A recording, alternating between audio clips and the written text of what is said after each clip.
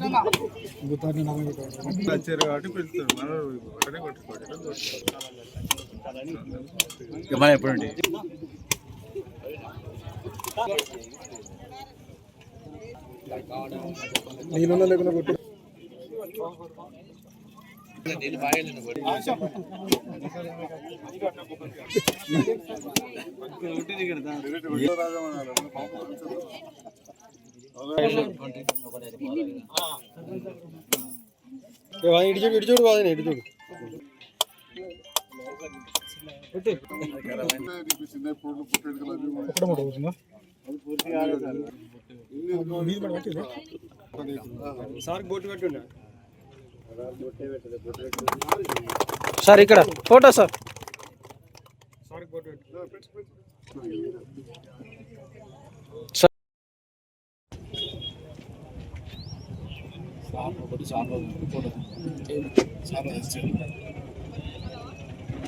నాయకత్వం సంజయ్ అన్న నాయకత్వం.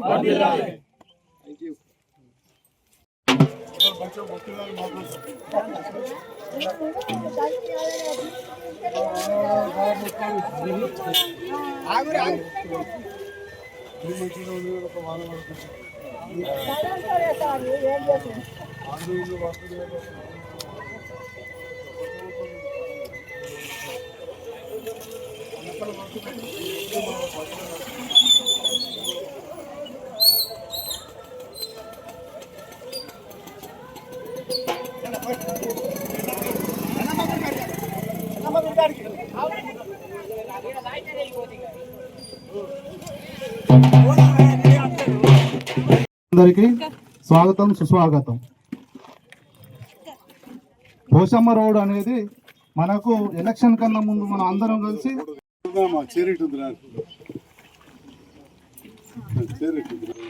ప్రియమత నాయకుడు పెద్దలు బడుగు బలం వర్గాల ఆశాజ్యోతి మన ఎమ్మెల్యే సంజయ్ గారిని మాట్లాడాల్సిందిగా కోరుతున్నాం. సభాధ్యక్షులు సర్పంచ్ శ్రీనివాస్ గారికి, వేదిక పైన ఉన్న 2-3 సార్లు చెప్పంగానే ఇంతకు ముందు మనకు ఎస్సీ సప్లాన్ నిధులు ఇచ్చారు. ఇది పోచమ్మ రోడ్డు కూడా సార్ ఇట్లా ఉంది ప్రాబ్లం అనగానే పోచమ్మ కాడికి పోవాలంటే మాకు మహిళలు ఇప్పుడు పెళ్లిళ్ళ కాడికి కానీ పెళ్లి అప్పుడు కానీ ఏదో ఏ సందర్భం అయినా ఫస్ట్ పోచమ్మ మొక్కాలంటారు. పోచమ్మ కాడికి పోవాలంటే దారి చాలా ఇబ్బంది ఉన్నది. సార్ మాకు ఇట్లాంటి ప్రాబ్లం ఉంది అనగానే మన సారు పెద్ద మనసుతోనే మనకి ఈరోజు 10 లక్షల సీసీ రోడ్డు అంటే మాక్సిమం సగం పూర్తి అవుతుంది. ఇంకొక 10 లక్షలు పెడితే సార్ ఈ రోడ్డు మొత్తం కంప్లీట్ అయింది. దీని కొరకు మా కమ్మనూరు అంతా కమ్మనూరు గ్రామ ప్రజలు అందరూ ఎదురు చూస్తున్న రోడ్డును వాళ్ళ ఆశ వాళ్ళ కళ ఈ రోజు నెరవేరబోతుంది సార్. కమ్మనూరు గ్రామం ఒక మారుమూల గ్రామం. మరి ఇక్కడ ఉన్న పరిస్థితులలో అప్పుడు కళ్యాణ మండపం మంజూరు కావచ్చు, కొన్ని రోడ్లు కావచ్చు, ఇవన్నీ కూడా చేసినాం. ఇక్కడ కమ్మనూరు గ్రామంలో చాలామంది వ్యవసాయం మీద పేదవాళ్ళు ఉంటారు. మా మహిళా అక్క చెల్లెళ్ళు అప్పుడు కళ్యాణ మండపం కావాలంటే కొన్ని నిధులు ఇచ్చినాం, పూర్తి కాలేదు. ఇప్పుడే కోరుతున్నారు. తప్పకుండా దానికి సీసీ ఫ్లోరింగ్ వేయడానికి నిధులు మంజూరు చేస్తా అని చెప్పి ఈ సందర్భంగా చెప్తాను. అదే విధంగా ప్రతి గ్రామానికి మహిళా సంఘ బిల్డింగ్ మంజూరు అవుతా ఉంది. దానిలో భాగంగా నేను ఎంపీడీఓ గారిని కొడతాను, ఆల్రెడీ చెప్పిన పక్కన ఇక మహిళా సంఘ బిల్డింగ్ కూడా మహిళా సంఘ బిల్డింగ్ మంజూరు ఇస్తా. దాని పక్కనే కట్టుకుంటే రెండు కలిపి కూడా చేసుకోవచ్చు. చిన్న మీటింగ్లకే పనికొస్తుంది. తర్వాత మనకి ఏదైనా పురుడులు పుట్టెంటుకలు ఏదైనా ఉన్నా కానీ దేవుని కళ్యాణం ఉన్నా అన్నిటికీ పనికొస్తాయని చెప్పి కూడా ఈ సందర్భంగా తెలియజేస్తూ మరి పోచమ్మ తల్లి గురించి చెప్పారు. పోచమ్మ తల్లి అంటే మొక్కని వాళ్ళు ఉండరు. పైసలు ఉన్న వాళ్ళు ఒకరు గొర్రె కోసుకుంటారు కావచ్చు, చిన్నపాటి కూడా కోడి కోసుకుంటారు కావచ్చు. ఆ రెండు తినని వాళ్ళు పోయి కొబ్బరికాయ కొట్టండి అయితే కొబ్బరికాయ కొట్టండి కార్యం మొదలు పెట్టారు. పోచమ్మ తల్లి అందరికీ మా తల్లి. మరి అట్లాంటి పోచమ్మ దగ్గర పెడితే ఎక్కడ ఆ పోచమ్మ తల్లి గుడికి రోడ్ వేద్దామని చెప్పి మన సర్పంచ్ గారు ముందు నిర్ణయం తీసుకోవడం అనేది నిజంగా అభినందనీయం. తప్పకుండా మిగతా కూడా మంజూరు చేస్తానని చెప్తా ఉన్నా. దాంతో పాటుగా పుష్కర ఘాట్ గురించి చెప్పారు. మరి పుష్కర ఘాట్ అనేది చాలా ముఖ్యం. అప్పుడు నేను ఓడిపోయి ఉన్నా, అప్పుడున్న సర్పంచ్ గారు నాయకులు వచ్చి అడగడం వెంటనే మంజూరు చేసాం. బోర్నపల్లేమో మా నాయనమ్మ పుట్టినూరు, అక్కడ గంగ గురించి నాకు బాగా తెలుసు. ఇక ఈ పక్కన అప్పుడు నేను ఓడిపోయింటి కొద్దిగా. ఇక పెద్ద నాయకులు అందరూ కూడా ఓ దిక్కు నేను ఒక దిక్కు అయింటి, కొద్దిగా ఓడిపోయింటి.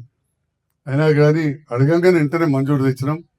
ఇప్పుడు కూడా బోర్నపల్లి కమ్మనూరుది మళ్ళీ మంచి చేసుడు, దాంతో పాటుగా చిత్రవేణిగూడెం, రేకులపల్లి, చిన్న కొల్వాయి, రంగసాగర్, మంగళ ఇవి కూడా ఇవ్వాలని చెప్పి గౌరవ మంత్రి గారికి ప్రతిపాదనలు ఇచ్చిన. ఈ పుష్కరాల కమిటీకి సబ్ కమిటీ అని ఉంటుంది 3 మంత్రులతోటి. దాంట్లో అడ్లూరు లక్ష్మణ్ కుమార్ గారు మన మంత్రి గారే ఉన్నారు కాబట్టి అది కూడా చేద్దాం. ఒకసారి ధర్మపురి వచ్చినప్పుడు అందరం కలిసి కూడా వెళ్దాం. ఇప్పుడే తమ్ముడు రామచంద్రం ఉత్తరం ఇచ్చాడు. ఆ గోండుగూడెంలో పాఠశాల కూడా పనులు ఆగినాయని చెప్పి ఎస్టీ వెల్ఫేర్ మంత్రి కూడా లక్ష్మణ్ కుమార్ గారే. ఇట్లా ఇంకేమైనా ఉన్నా కూడా చేద్దాం. చిత్రవేణిగూడెంలో మొదటి కమ్యూనిటీ హాల్ మనమే కట్టించినాం, ఇదే సర్పంచ్ గారు. మళ్ళీ కూడా మహిళా సంఘ భవనాలు అట్లాంటి ఏమున్నా చేసుకుందాం. నాదొక గుణం ఉన్నది, ఐఐటి మాట్లాడతా కానీ అంత తలకాయ మాట్లాడు. ఇంతకుముందు చెప్పాడు కమ్మనూరు చిత్రవేణిగూడెం కాగితం ఇచ్చినాడు మైక్లో చెప్పాడు. ఇయ్యంగానే అయిపోతుందని మాత్రం అనుకోకపోతే జర టైం పడుతుంది. ఎందుకంటే ఏదైతే గవి చెప్పాలి, లేకపోతే ఏమైనా పారిపోయేటోళ్ళం ఈయనే ఉంటాం. ఈడ ఆడే కాకపోతే దవాఖాలు ఉంటాయి, ఇంకా శాతకన్నాడు చేతలకానే ఉంటాం. ఎడో పోయేదైతే లేదు. కాబట్టి మీ అందరి కుటుంబ సభ్యులు లాంటి వారు తప్పకుండా మీ అందరి ఇష్ట దైవం మన పోచమ్మ తల్లి గుడికి రోడ్ అవడం అనేది చాలా సంతోషం. ఇంకా మున్ముందు కూడా నిధులిద్దాం. గౌరవ ముఖ్యమంత్రి రేవంత్ రెడ్డి గారు కాంగ్రెస్ ప్రభుత్వం వచ్చిన తర్వాత ముఖ్యమంత్రి అయిన తర్వాత మమ్మల్ని పిలిచి కలిసి పనిచేయాలని చెప్పి కొందరు మంత్రులు ముఖ్యమంత్రి కోరడంతో నేను ముఖ్యమంత్రి గారితో కలిసి పనిచేస్తున్నా. మీరే చూసిండ్రు, కొంత ఇబ్బందులు ఉన్నా కానీ ఇలా రైతు బంధు వచ్చింది, కరెంటు లేని పేదవాళ్ళకు ఉచిత కరెంట్ వస్తుంది. చాలా మంది పేదవాళ్ళు ఉంటారు, దొడ్డు బియ్యం తినకపోదురు, ఇవాళ రేపు సన్న బియ్యం ఇస్తున్నారు. సర్కార్ బళ్ళల్లో రేపటి నాడు ఇంకా టిఫిన్ లాంటి అన్ని కార్యక్రమాలు ఉంటాయి. ఉద్యోగులకు ఉద్యోగ బీమా పథకం నిన్ననే మంజూరైంది. అట్లనే ప్రతి పేదవాళ్ళకు కూడా ఇందిరమ్మ జీవిత బీమా పథకాన్ని అందజేయబోతున్నారని చెప్పి ఈ సందర్భంగా తెలియజేస్తాం. ఇంకా 4 ఏళ్లకు మొదలుపెట్టాం అంటే ఎన్నిసార్లు ఎగబెట్టాం అంటావా? ప్రభుత్వం కొత్తగా వచ్చినప్పుడు కొంచెం టైం పడుతుంది. కమలూరు సర్పంచ్ సభ వచ్చిండు, 6 నెలల దానికి ఏమైనా చేసినట్టు ఏం చెప్పాలి? ఇవి ఇవాళ మొదలు పెట్టిండు. ఎప్పుడైనా మొదట్లో టైం పడుతుంది, అర్థమైందా? ఈయన చూడు, ఎప్పుడైనా కొత్త ప్రభుత్వం కొంత టైం పడుతుంది, టైం అయినాక ఉరుకుతుంది. కాబట్టి ఈ సందర్భంలో గౌరవ ముఖ్యమంత్రి గారు ఎన్నో గొప్ప కార్యక్రమాలు చేస్తున్నారు. చేసినవి ముందుగా నువ్వే చెప్పినావు, నాకు ₹1,00,000 పడ్డాయని చెప్పినావు. ₹1,00,000 పడ్డలు బాగా పైసలు గిట్ల మాట్లాడతారు. లేనో కడుపు నిండా సన్నబియ్యం పెడితే అమ్మా దేవుడు సన్నబియ్యం పెడతాడు, కరెంటు బిల్ మాఫ్ చేసిండు అంటారు. జర బాగుండాలో గిసోటి అని ముందర కూడా చేసుకొని మాట్లాడతారు. లేనోళ్ళ ప్రభుత్వం పేదల ప్రభుత్వం. ఆ రైతు బంధు ఎగ్గొట్టింది, ఆయన సొంటోనికి నా సొంటోనికి ఎగ్గొట్టింది, గరీబ్ వాళ్ళకి ఎగ్గొట్లే, 2 ఎకరాల వాళ్ళకి ఎగ్గొట్లే. పేద ఆయన కూడా 2 ఎకరాలు పడ్డాయి, నాకు కూడా 2 ఎకరాలు పడ్డాయి. అంటే ఈ సందర్భంలో తెలియజేస్తానంటే పేదల పక్షపాతి ప్రభుత్వం. ఇవాళ ఒక్కొక్క ఊరికి ఇంతకుముందు చెప్తున్నాడు మా సర్పంచ్ సాబ్, ఈ సీన్ తమ్ముడినట్టు హరీష్ 106 ఇండ్లు వచ్చినాయి అంటే 5 కోట్ల రూపాయలు వచ్చినాయి. 66 ఇండ్లు తుంగూరుకి వచ్చినాయి అంటే 3.5 కోట్లు. మనకన్నా వచ్చినాయి 25 అంటే 1 కోటి రూపాయలు వచ్చినట్టు, 1,25,00,000 వచ్చినట్టు. ఇంకా ఇస్తాయి ఇండ్లు, ఇంక 20 ఇండ్లు కావాలన్నా సీన్ చెప్తే తప్పక మంజూరు ఇస్తాను ఇక్కడ చెప్పబోతుంది. కానీ పేదవాళ్ళు కావాలి. నాకు బంగళ ఉంది, నాకు కొడుకు జాలతలేదు, పక్కకి కొడుక్కి అంటే మాత్రం పాపం తగులుతుంది. గుడిసెలు ఉంటారు, కనబడతారు, గాలకు చూస్తావు చూడు. ఒక రేకులు వేసుకున్నాడు చూసినావా, వెంటనే ఆ రేకులు తీసి చెత్త వస్తుంది ఇవ్వను, వెంటనే మంజూరు ఇస్తాడు సార్. 2 లక్షల రూపాయలు ఇస్తాయి ఐటీకి. అది ఇల్లు వాళ్ళదా నాకు తెలియదు. దానికి స్పెషల్ కోటా పెట్టారు. అట్లాంటి వాటికి వెంటనే చెత్త పోసుకోవచ్చు, పర్మనెంట్గా ఉంటుంది. అట్లాంటి ఇళ్ళకు 500 ఉన్నాయి, నేను ఇవ్వచ్చు. అంతేనా ఇప్పుడే అంతే సార్. అట్లాంటి ఇల్లు. అంతేగాని ఏమనుకోవద్దు, నేను ఇట్లా ఏలుబెట్టి చూపిస్తున్నాను. బంగ్లాలు ఉన్న వాళ్ళకే మళ్ళీ మనం ఇచ్చినాం అనుకోని నా కొడుకు లేదంటారు, లేదా కొద్దిగా మంచి పెద్ద గుణపెంకలు వెళ్ళినా కానీ లేదంటారు. అప్పుడు కిరాయింట్లు ఉన్నోళ్ళు, గుడిసెలు ఉన్నోళ్ళు, షెడ్యూల్ ఉన్నోళ్ళు బాధపడతారు. కాబట్టి మొదటి ప్రాధాన్యతగా మొన్న కొన్ని ఇచ్చినాం, ఇప్పుడు కూడా అట్లా ఇద్దాం. ఇంకా అలా పిల్లగాళ్ళకు ఉంటే మంచిగా మీ అందరి దీవెనలు ఉంటే ఇందిరామ్మ రాజ్యం అచ్చేటుకుంది, మళ్ళీ అచ్చేటుకుంది. ఇంకా 2.5 ఏళ్ళు, ఇంకా 3 సార్లు వస్తుంది, ఇంకా 3 సార్లు వస్తాయి.